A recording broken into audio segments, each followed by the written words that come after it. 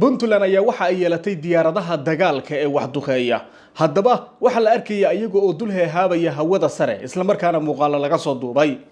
ma la siiyay diyaaradahaasi mise waa soo iibsatay Puntland warbixin xasaasi oo xiiso badan ayaan idinkaga hayaa diyaaradaha Puntland ee dhowrka gaaraya iyo tiradooda waxa kale oo aad la wadaagi doonaa xubno daacish oo Soomaaliya ayaa isku dhiibay ciidamada Puntland xilli ay ciidamada Puntland falanayaan jidad dheer oo gala goobaha ugu dambeeyay ee daacish gacantooda ku harsan ee buraha caalmiskaad waxa kale oo aad la wadaagi doonaa Somaliland iyo SSC Khaatumo oo ku heshiiyay dowlad deegaanka dhexdooda haddaba maxay tahay is-cafiska iyo sidoo kale salaanta iyo sidoo kale hadallada hawada la isku mariyay ee Somaliland iyo SSC Khaatumo ee la oran karo waa hordhac nabad la gaari karo waxa kale aad la wadaagi doonaa madaxweynaha maamulka Jubbaland ayaa luuqad adag kula hadlay madaxweynaha Soomaaliya Xasan Sheekh Maxamuud khudbada dheer ee aadka u kulul ee xasaasiga ee Axmed Madoobe jeediyana nuxurkeeda ayaan idin dhageysiin doonaa soo dhawaada muuqaalkan Lexar Channel kana subscribe saara haddii aan ku bilaabo haynoo dambeeyeen diyaaradaha Puntland markaan waxaan ku bilaabaynaa SSC Khaatumo iyo Somaliland madaxda dhaqanka ama ismada dhaqanka ee Somaliland iyo SSC Khaatumo ayaa ku kulmay xaflad caleema saar oo ka dhacday dowlad deegaanka Soomaalida gaar ahaan magaalada Qabri Dahar ee xarunta gobolka Qorraxay halkaas oo si wada jir ay uga jeediyeen baaq nabadeed oo ku wajahan labada dhinac iyo khilaafaadka u dhaxeeya Garaad Jaamac Garaad Cali oo ah garaadka guud ee SSC Khaatumo oo kulankaasi ka hadlay ayaa waxa uu suldaanka guud ee Somaliland Suldaan Daawud Suldaan Maxamed Suldaan Cabdulqaadir ugu baaqay inuu ka shaqeeyo nabadda garaadku wuxuu si qoto dheer u muujiyay wax kasta oo lagu xallin karo wada hadal iyo sidoo kale isu tanaasul Suldaan Daawud gurigaaga uma socdo buu yiri kaalay buu yiri Soomaali u cadee inaadan adiguna gurigayga aadan u socon waan kala nabadgelaynaa ayuu yiri haddii aan sidaasi samayno ayuu Garaad Jaamac yiri dhinaca kale Suldaan Daawud ayaa si degan ugu jawaabay baaqa nabadda ee ka yimid garaadka isagoo oo sheegay inuusan marnaba doonayn in markaas dhiig Soomaaliyeed uu ku daato colaadda dhexdooda ah ee markaas halkaas ka taagan waxaanu yiri garaadka Somaliland waxaan halkan ka cadeynayaa inaanan markaas guri dad Soomaaliyeed ay ku nool yihiin ku socon garaad ayaan garaad biire aynu dadkeena midayno sidaas ayuu yiri suldaanka Somaliland asna oo hadlayay labada hoggaan dhaqameed ayaa meeshaasi isku gacan qaaday taas oo astaan u ah isfahan iyaga oo midka kale uu markaas u ballan qaaday inuu gacan ka geysan doono dadaalada lagu horumarinayo nabadda waxa kale oo ay iska cafiyeen hadallo iyo sidoo kale eedo horay ay isugu mariyeen warbaahinta ama dadweynaha hortooda ay markaas isaga yiraahdeen inkastoo oo kulankan uu ahaa mid rasmi aan ahayn haddana waxa uu xambaarsan yahay fariin culus iyo rajo hididiilo leh waa dhaqankii oo heshiiyay laakiin waxa la iska weydiinayaa siyaasiyiinta hoggaanka haysa oo ay ugu horeeyaan Firdhiye iyo Muuse Biixi iyaga maxay ka yeeli doonaan hididiilada nabadeed ee Qorraxay ka soo iftiintay dowlad deegaanka dhexdiisa ee SSC garaadka ugu sareeya SSC iyo suldaanka Somaliland ugu sareeya ay isku gacan qaadeen waynu joogi doonaa wixii uu xal ku dambeeyay iyo wixii arintan iska bedela markaana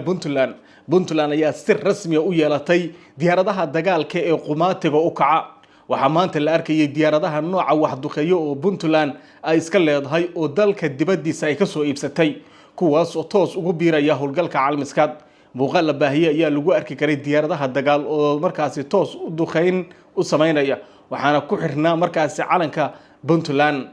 diyaaradahan meesha ay ka soo iibsatay Puntland si rasmi ah wali looma sheegin waana muuqaaladii iyo xogtii ugu horeysay hordhaca waxa la sheegay in ay ilaa 2 ilaa 4 inta u dhaxaysa ay yihiin tirada diyaaradahaasi oo dadka markaasi tirada ugu badan la sheegay in 4 gaari karto haga warar kala qaybtooda ay sheegaysa ilaa 2 inay yihiin inkastoo aan si sax ah loo ogeyn haddana waxa la cadeeyay inay jiraan diyaaradahaas oo ay Puntland soo iibsatay yihiin kuwa qumaatiga u kacay wax duqeeya diyaaradahan ayay Puntland ugu talagashay inay kula dagaalanto kooxda Daacish sidoo kale cadowgeeda waxa kale oo la sheegay inay Puntland abaabulayso inay hirgeliso ciidamada cirka ee Puntland oo markaasi ay ka hirgeliso gudaha Puntland sida xogaha hordhaca ay sheegayaan khilaafka u dhaxeeya dowladda federaalka iyo Puntland ayaa waxa uu saaciday in maadaama xal waayay khilaafkan uu muddo dheer soo jiitamayay in Puntland ay ku dhaqaaqdo samaysanka ama aasaasidda waxyaabo nidaamka federaalka oo kaliya markaasi shaqadeeda u leeyahay ama dowladda dhexe ay ku shaqo leedahay sida waxyaabo la xiriira hawada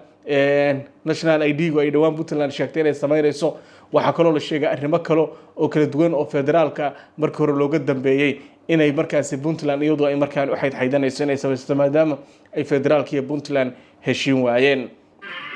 haddii aan ku sii socdo wararka kalena waxaa la soo warinayaa in dabcan xubno ka tirsan kooxda Daesh ay isku dhiibeen ciidamada Puntland ee dagaalka kula jira Daesh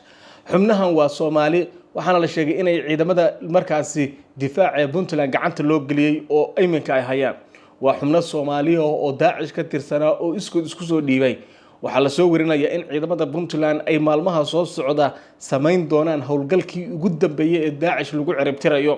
kooxda Daesh ayaa godad dheer iyo sidoo kale qaxaabo ka qodatay buuraha salkooda goobo aysan gaadiidka dagaalku gali karin jidad ayay ciidamadu samaysanayaan baa la leeyahay toos u gali kara iyagoo gawaaridooda wata goobaha ugu dambeeya ee farxadka Daesh ee Toga Miraale iyo sidoo kale goobaha halkaas oo qoryaha fudud aan waxba kooxda looga qaadi karin markaana loo baahday in intii jidad la sameeyo qoryaha waaweyn iyo gawaariduba halkaas lagu garaaco si kooxda loogu soo afjaro Daesh ayaa wali dhuumaaleysi ka wada halka inkastoo tabarteedii awoodeedii iyo tiradeedii ba is dhintay waana howlgaladii ugu dambeeyay waxa socda inkastoo aysan dawladdu si rasmi ah dagaalka u soo gabagabeyn haddana madaxweyne Dani waxa uu sheegay in gabagaba la marayo dhawaan ay alka iyo calmadu u jeesan doonaan iyo kooxda al-shabaab dagaalka dhana wahagaag markan Axmed Madoobe madaxweynaha Jubbaland Axmed Maxamed Islaan Axmed Madoobe oo khudbad dheer oo xasaasi oo dhinacyo badan taabanaysa inta ugu badan oo kaga hadlayay khilaafka federaalka iyo Jubbaland ayaa maanta ka jeediyay Kismaayo khudbadiisa waxa uu kaga hadlay Xasan Sheekh Maxamuud wuxuu yiri Xasan Sheekh Maxamuud isma maqlayo ha ismaqlo wuxuu shalay sheegay iyo waxa uu maanta sheegay halku shalay u socday iyo maanta halku u socdo waa wax kala duwan waxa uu sheegay Axmed Madoobe in markaasi uusan Xasan Sheekh Maxamuud uusan doorasho rabin doonayeen inuu kursiga iska fariisto waxa uu yiri war shalay maxaad u lahaydeen farmaajo soo bax hadii bal rabo meeshan la iska fariisto qayb kamid ah khudbadda Axmed Madoobe ila dhageysta u jeediyay maantay waxyaalaha qariibka ah waxa kamid ah madaxweyne Xasan Sheekh waxaan aad uga talin lahaa bal inuu shalay iyo maanta is dhageysto ani hadaladayda hal isu wada keenay shalay iyo maanta iyo kadib waxaan ku hadlayaa waxaan aqaan laakiin madaxweyne Xasan hadduu shalay is dhageysan lahaa markaan soo bax ninka odayga saaxiibkay lahayni iyo maanta inuu is dhageysaa ficnaan lahayd falka dhacay iyo qaabka wuxuu jiraan iyo sayid reer Jubbaland waa la isu yimid waa la wada fadhiistay waxaa ka horeysay 2 sano waxaan sugaynay waxaan ka digay arrintii dagaalka shabaabka horaan uga hadlay mar raba inaan hadda waqti ku lumiyo macawsile ha noqoto